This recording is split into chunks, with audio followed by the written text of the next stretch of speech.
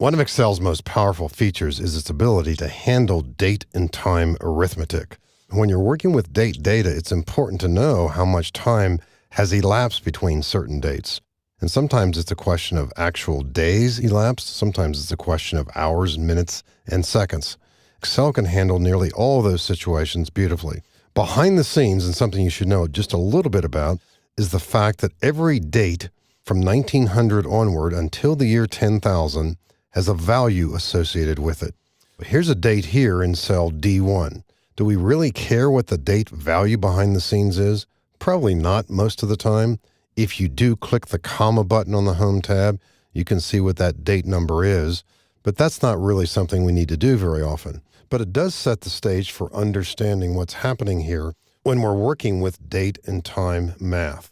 And so if we're tracking, for example, the starting date and the ending date of a piece of equipment that's been around for a while, we want to know how many days it was in operation. So we'll subtract the two dates.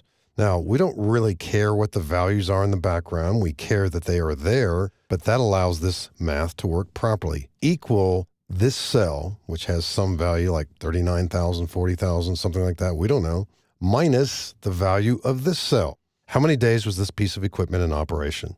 We press enter, 2,321 days. A different kind of scenario here. We installed a piece of equipment on May 15th, 2013. It's got a lifespan of 1,500 days. When will be its last day in operation, if this is typical? Equal our starting date plus 1,500. And there's our answer, June 23rd of 2017.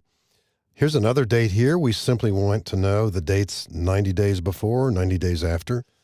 Simple subtraction in the first case, equal the date in question minus 90. And so that was February 12th of 2013. 90 days later than our date, equal that date plus 90. Something else you need to know about dates is that there's an arbitrary split, and you wouldn't necessarily encounter this unless you happen to be using dates in the 20s and 30s. Let's give an example here. Maybe you're dealing with the age of retirees or Social Security recipients, something like that. Maybe it's the age of a building. So I'm going to type in an entry here of December 13th, 1930. I'm typing a 30. And that's the way it gets displayed. I typed a 30. Now, how about 1 year before that? December 13th, 1929. I'd probably type it this way. But that's 2029. So what's going on here? For the last few versions of Excel, and perhaps maybe one more, the split is at 30 and 29. And that means anytime you type a two-digit year from 30 through 99, Excel automatically assumes that it's in the previous century, in the 20th century, like this number here. If you use a year from 0 through 29, Excel assumes you mean this century. Now, if you're working with any kind of data where there's this potential source of confusion, type 4-digit years, and usually that eliminates any potential problem that you might have. Either in the next version of Excel or the one after that, Microsoft is likely to move this split line to be at 39 and 40. And for the most part, it's not a big issue, but just be alert to that concept. Now, we can also work with time arithmetic. And time is about the unit 1 refers to a day, and within that we've got decimal equivalents for different hours in the day.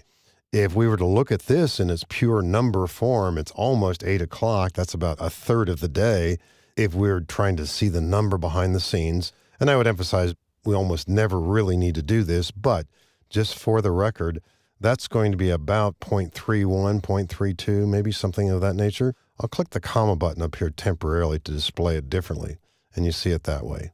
So that's almost a third of a day. That would be 8 a.m. to be exactly on the money there, 0.3333. Let me undo that and emphasize the idea here that we want to track the amount of time elapsed between someone who checked in at 7:53 a.m. and checked out at 4:47 p.m. In both of these cases, we could have put in the time differently, simply by typing just the pure numbers in the so-called 24-hour style. And so for the AM entry, nothing unusual, 7:53. For the PM entry, we'll use 16:47. Now, all these entries are equally acceptable. But the key idea now is to track the time elapsed. Equal the later time minus the earlier time. And we get an answer like this. Now, there will be times when you subtract the two where you actually do see an AM or a PM in there, and you want to change the format. Are we going to get the same kind of thing over here? Probably the same. If you do see an AM or a PM, and you wouldn't want that in this case, a simple right-click, go to Format Cells. You can also get here by way of Control-1. Sometimes you'll make the change to be 13:30. If it is displaying AM, PM, and it's inappropriate, you'll make that second choice. And sometimes that pops up a little bit unexpectedly. So we see how much time has elapsed here. Now, what if you say, well, this person took 45 minutes for lunch. We want to track the actual working time. How would we make a change here? I think a lot of you would find this surprising. To subtract 45 minutes, we put in minus, and then in double quotes, 0:45, double quote. So now we're likely to see 8 hours and 9 minutes. That's exactly what we get here. Once again, here's what the formula looks like. So we can work with dates and times in a variety of different ways. And look at the entry below this. We've got a piece of computer or control equipment. It went down at 6 p.m. on November 17th. It went back up in operation again at 3:40 p.m. a few days later. How much time has elapsed? Well, these are not in date-time format, so let's make the entry here. And we can make these together. In other words, we can put in date and time together. So in cell G5 here, I'm typing 11/17/13, that's the date, then a space. And I would either type now 18:00, 6:00 space PM, or to make it even faster, how about 6 space P? That does work. And for this entry here, we put in the date first, just like we did previously, 11/20/13, space. We can either type 3:40 space P or possibly 15:40. Either way. Now we have two times here that we can subtract. All right, they do cross multiple days, and without knowing exactly what the answer is, it looks like it's almost 3 days, so we're expecting to see a number perhaps near 72, something like that. Equal the later time minus the earlier time. And unfortunately, we get an answer like this. Now, even if we saw a time, it might be an issue. Is that an acceptable answer? It actually is okay. In one sense, it's 2.9 days, but we probably would want to display this as a time. How many hours is that? About 70 hours or so, something like that. Pressing Control-1 or doing a right-click Format Cells, we'll go to the time category on the number tab and choose 13:30. And when we do this, we're likely to be disappointed. That is not the correct answer. When you are dealing with times that extend over a 24-hour period, you have to make a formatting adjustment here.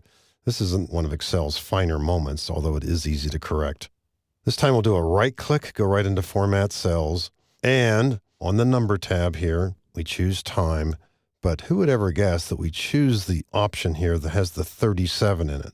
Now, when you do click that and you've got the appropriate cell highlighted, there's the preview up above that shows the answer that we're about to see.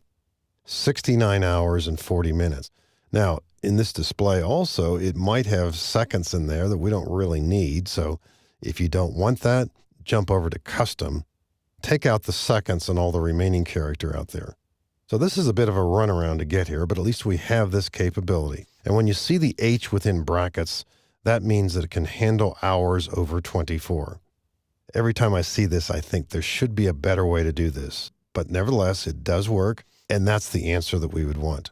The key idea, of course, is we are able to subtract times across multiple days. And you saw in these previous examples different ways to handle date and time issues in Excel.